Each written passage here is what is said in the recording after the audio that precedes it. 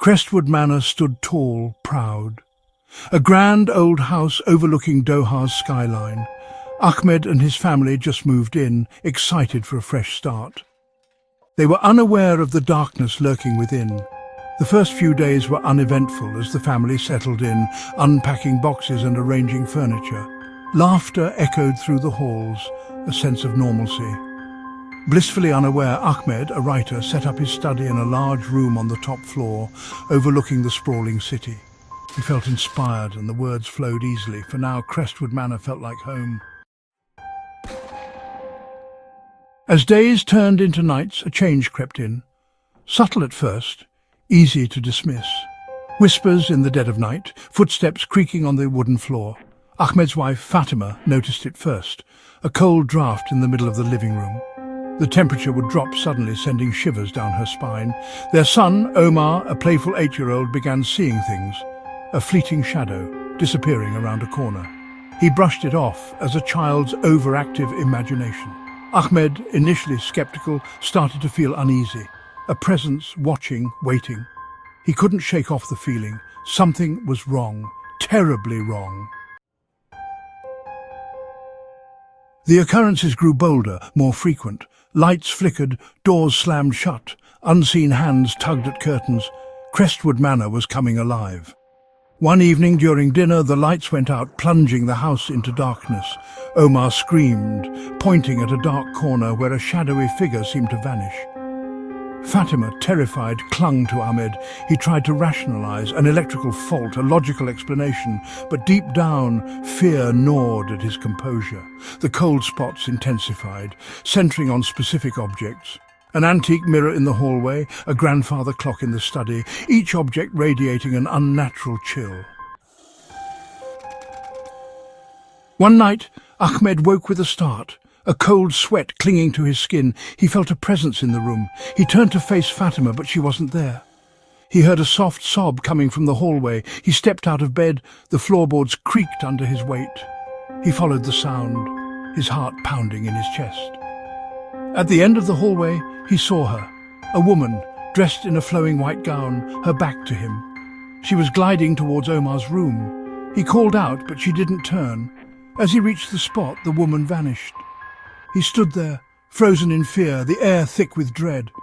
He knew then Crestwood Manor wasn't just haunted, it was possessed. The family was at their wits' end. Sleep became a distant memory, each night was a torment. They decided to leave to escape the horrors of Crestwood Manor. While packing, Ahmed stumbled upon a hidden compartment. Inside, a dusty old diary.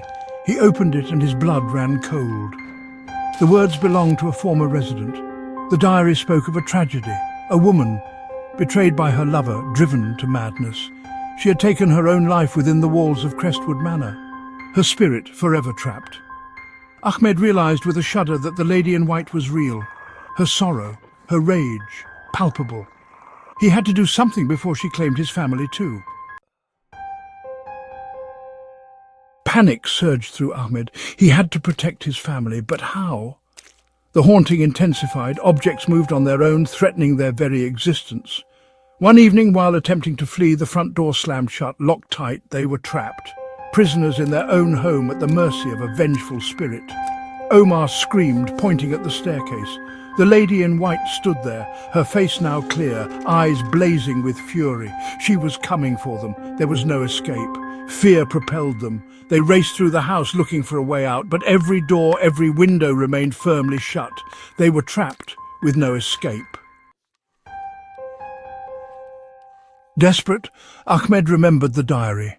It mentioned a hidden chamber, the woman's sanctuary. Maybe, just maybe, he could find answers there. He searched frantically, following the clues in the diary. He found it, a small door concealed behind a tapestry. He stepped inside, the air thick with despair. The room was untouched by time, as if the woman had just left. He saw her diary laying open on a small table. He picked it up and started to read, hoping for a sign. The diary spoke of her pain, her betrayal, but also her love for her child. A child who had died young, buried within the grounds of Crestwood Manor. Her only solace.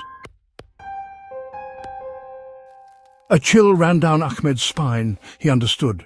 The lady in white wasn't seeking revenge. She was seeking her child, Omar, his son. The resemblance was undeniable. He rushed back, his heart pounding in his chest.